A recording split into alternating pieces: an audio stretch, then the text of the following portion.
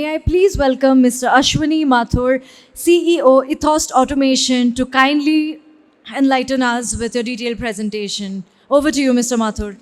Okay, I would like to thank FIVA Association for such a nice seminar, such a good seminar, highlighting all the technical aspects of batteries, battery charging, battery manufacturing. So, at the fag end of the session, let me take up some aspects from a layman's perspective. As a user, as an EV user, as a buyer, what are the different aspects, safety aspects that we have to take care of?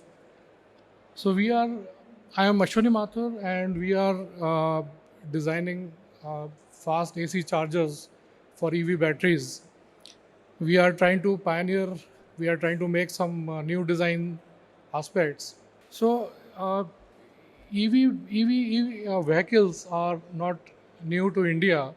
They were first introduced in 2001 by a company called Riva Group, and its chairman uh, Chetan Mani of Riva was one of the pioneers in industrial EVs, commercial EVs.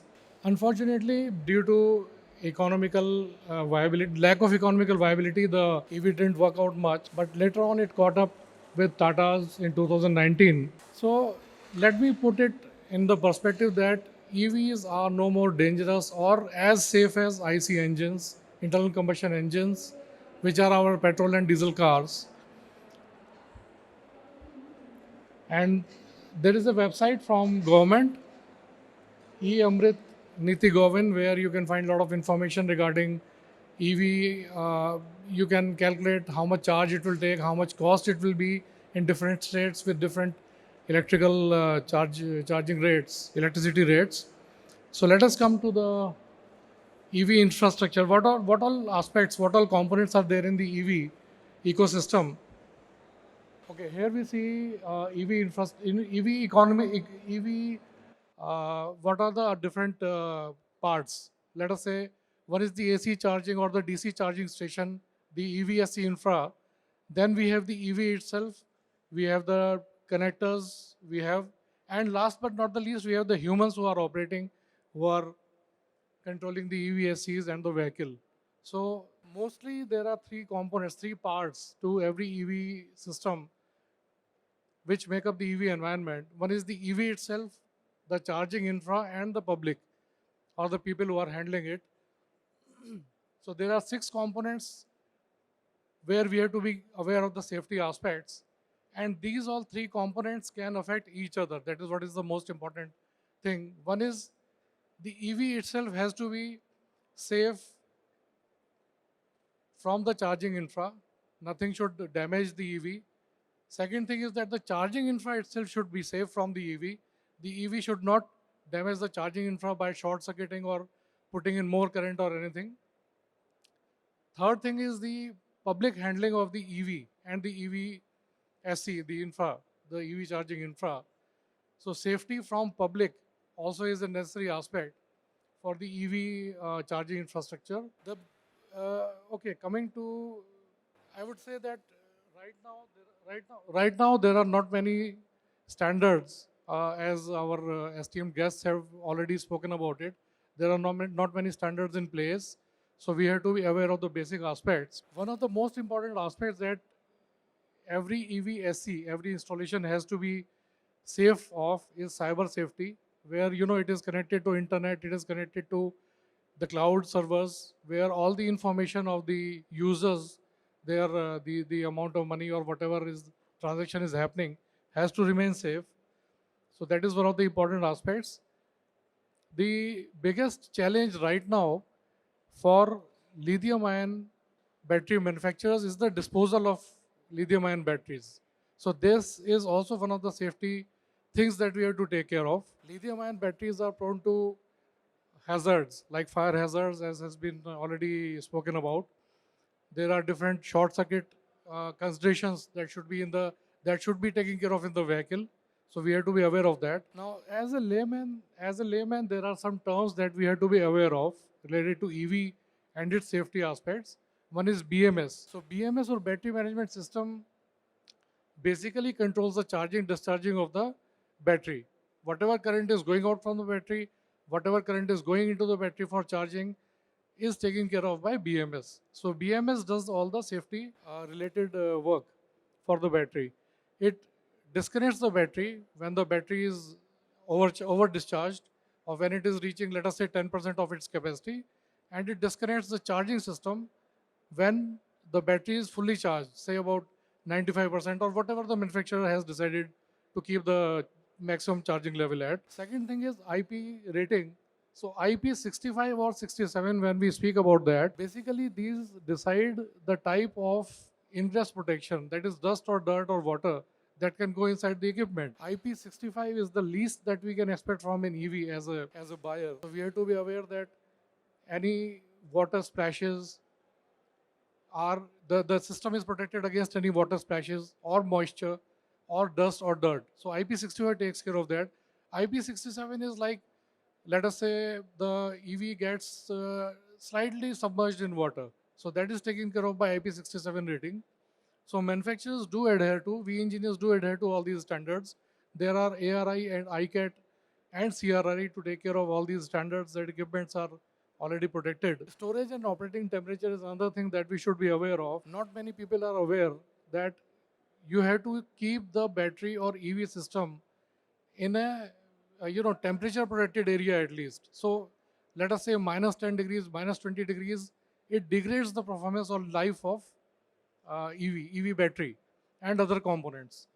And likewise, so anything above 50 degrees or 60 degrees, the EV is stored in under those conditions, or it is working in those conditions, can also affect the battery life. Regenerative braking is another term that we engineers use. Nowadays it might be common. I don't know if people are aware of that. So regenerative braking is like when the EV brakes are applied, then energy is fed back to the battery via the charging system.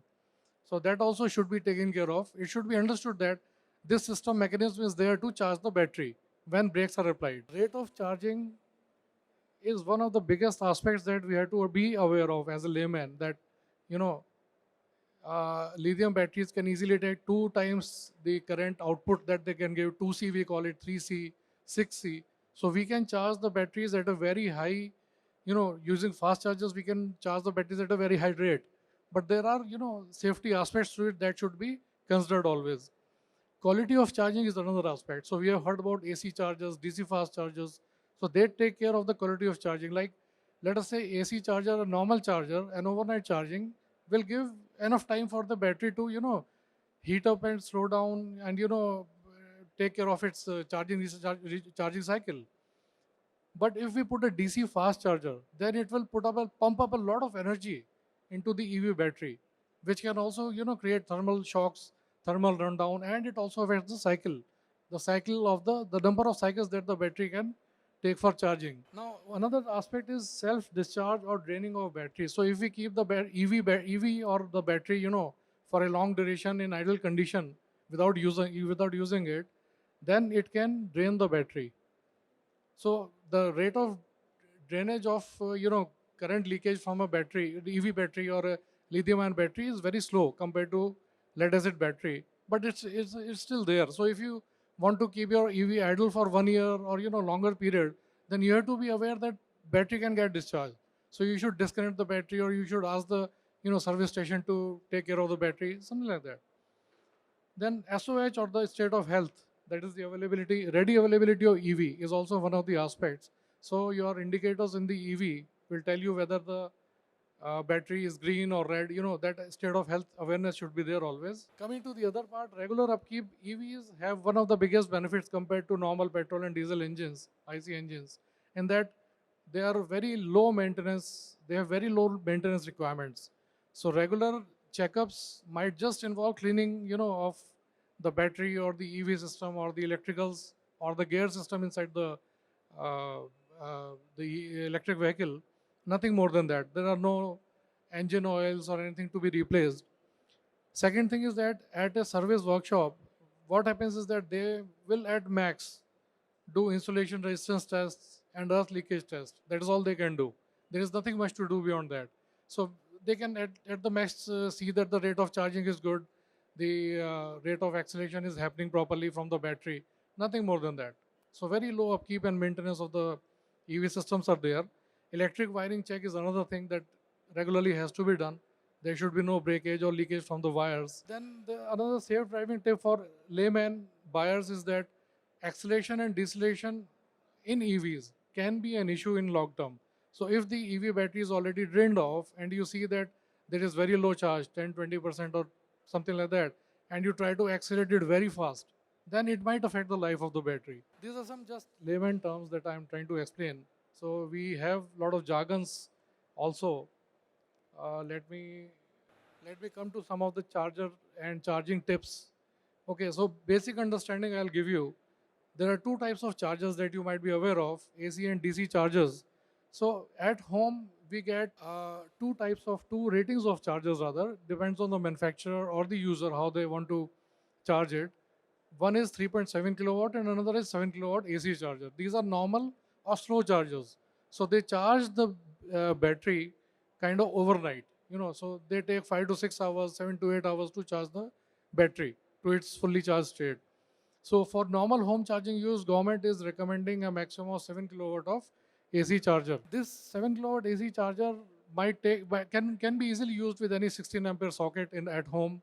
So with an MCB and at least a fuse, you can always put it in place in your garage or in any parking area. Commercial chargers or what we call as fast DC chargers, which are expensive, which have metering and they are chargeable. They come with a rating of 30 kilowatt and above. So they are public EVSE chargers. So basically, they DC fast chargers can charge a battery in at a very high rate, but normally it is recommended to use it very less. It is like you go outside for eating at a restaurant.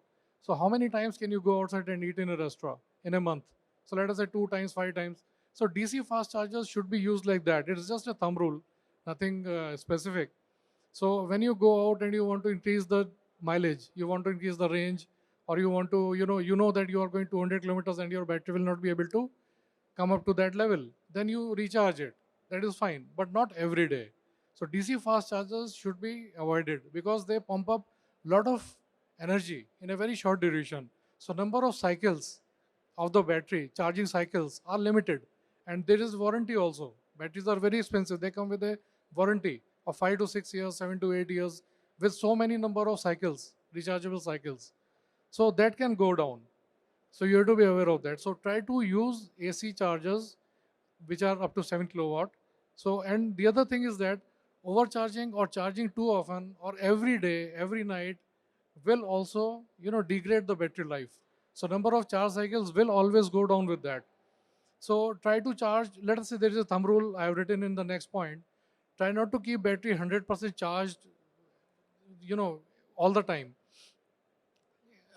Then the other thing is that leaving the battery below at a very low, level, below 10% of the charge state for an extended period is also not good for the battery health. Parked EVs also consume power. We know that there is a thumb rule that approximately 95% of the time a private vehicle is kept parked. So it also consumes energy while parked. It may be that it is connected to the cloud, telling its status, or there is a GPS system, vehicle training system connected to it. So it might be consuming power. So you have to be aware of that. So the thumb rule, as I was telling you, is an estimate is to keep between 30 to 80% of the battery charged level when parked for long. Second thing is that if you top up the battery always up to 100% or even 95%, then chances are that while the EV is running, regenerative braking will not be effective. So let it also work out, let it also charge the vehicle because it is free energy. Regenerative braking is basically free because when you are applying brakes, then the energy that comes back from the motor to the battery charges that. So if you keep your battery at 90% charge level, then rest of the thing can be taken care of by the regenerative braking if you are going for a long drive. So as I said, don't overdo DC fast charging because it is pumping very high power in a short span of time. It might create thermal effects on the battery. It might create problem for the battery in the long term. Optimal driving speed, safety first for the family or for anybody, for the occupants. So that also gives a long life to the battery.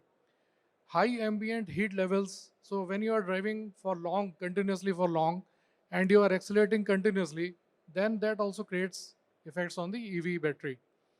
So you have to be aware of these things. Now, the last and the least, but not the least safety aspect is don't drink and drive. That is for everybody. So any questions on this thing?